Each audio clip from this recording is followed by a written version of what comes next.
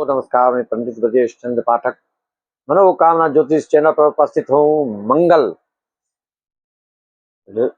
का गोचर परिवर्तन से आपके साथ क्या क्या घटना घट रही है और क्या क्या शुभ अशुभ होने वाला है।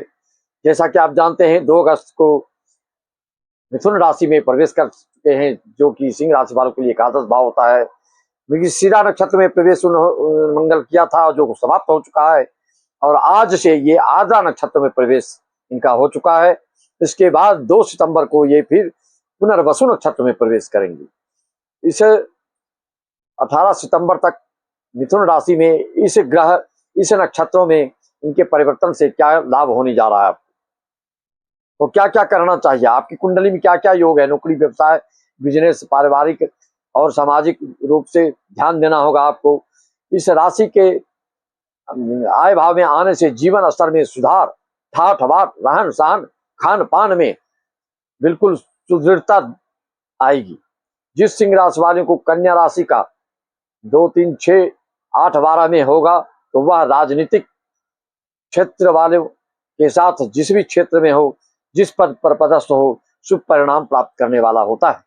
मित्रों, इसके साथ ही आप अपनी कुंडली का अवलोकन करें, उसका प्रेडिक्शन करवाएं, या आप अपना स्वयं देख सकते हैं तो देखें, जिससे कि आपको मार्गदर्शन मिल जाएगा। जो मैं युति बता रहा हूं, उस योग से आपकी जिंदगी में, आपके जीवन भर में क्या क्या हो सकता है, उसके कुछ बिल्कुल इंपॉर्टेंट सूत्र बता रहा हूं।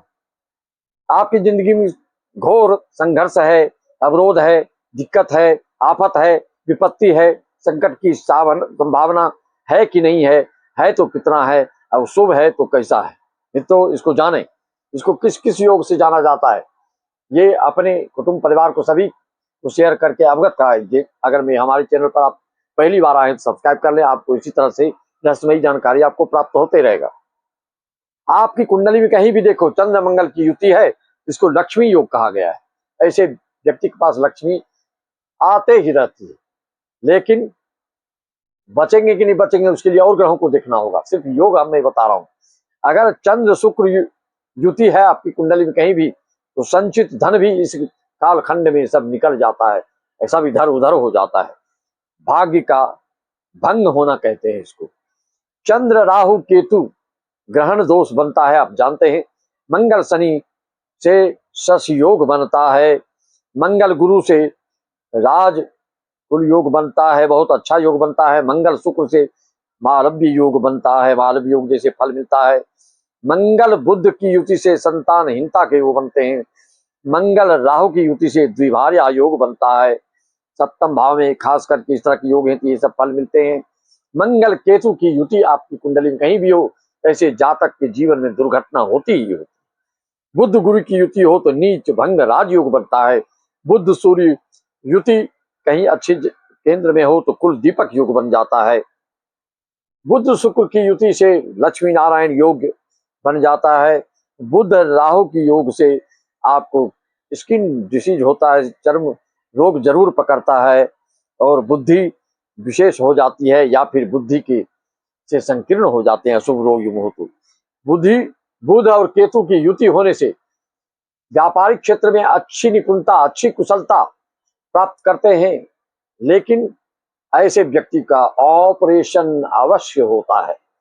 यह सब डंके की चोट पर बता रहा हूं। आपकी कुंडली में इस तरह के योग हैं, अगर इस दशा अंतरदशा में आपके साथ इस तरह घटना नहीं घटती है तो आप हमको बता सकते हैं, और मैं इस चीज को आपको बिल्कुल प्रमाण के साथ बता सकता हूं कि आपके साथ क्या क्या घटना घटी। मित्रों, इस तरह से मंगल के गोचर से 2 सितंबर पर जब पुनर्वसु में आएंगे तो आपको क्या क्या फल प्राप्त होगा। इसके बाद क्रमशः ये कर्क, सिंह और कन्या में जाएंगे, जिससे कि विपरीत राजयोग भी बनेगा, नीच भंग राजयोग भी बनेगा। तो क्या होगा, इस आपको पावरफुल व्यक्तियों से भेंट होगी। जिस सिंह राशि वालों को जो कि वरदान का साबित माना जाएगा, वरदान जैसा फल आपको मिलेगा। सिंह राशि वालों अंतर्मन में काफी आपको प्रफुल्लित अपने आप को महसूस करेंगे, हर्षित होंगे, रोमांचित होंगे और गदगद हो जाएंगे।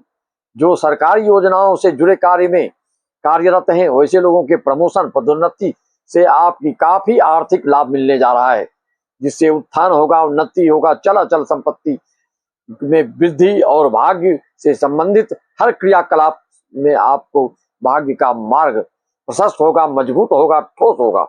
मित्रों, आप तेजी से निर्विघ्नता पूर्वक आसानी से अपने लक्ष्य की ओर बढ़ते चले जाएंगे। अगर मंगल आपका शुभ है, मेष, सिंह, धनु, लग्न हो, तो और विशेष रूप से आगे बढ़ते चले जाएंगे। अपने उद्देश्य की प्राप्त करने में आपको कोई दिक्कतों का सामना करना नहीं पड़ेगा। मंगल की स्थिति क्या है आपकी अपनी कुंडली में, उसको अगर जानना चाहते हैं तो आप हमसे संपर्क साध सकते हैं।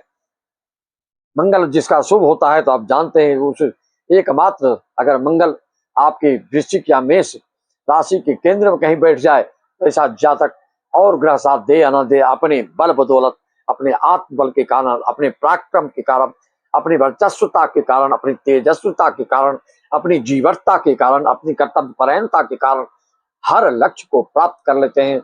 हर संकट, हर अवरोध, हर बेकर को तितर बितर छिन्न भिन्न इधर उधर करते हुए अपने लक्ष्य तक पहुंच जाते हैं। ये मंगल का, ठोस मंगल का प्रभाव है और ऐसा इनका प्रभुत्व है और ऐसा इनका वर्चस्व है।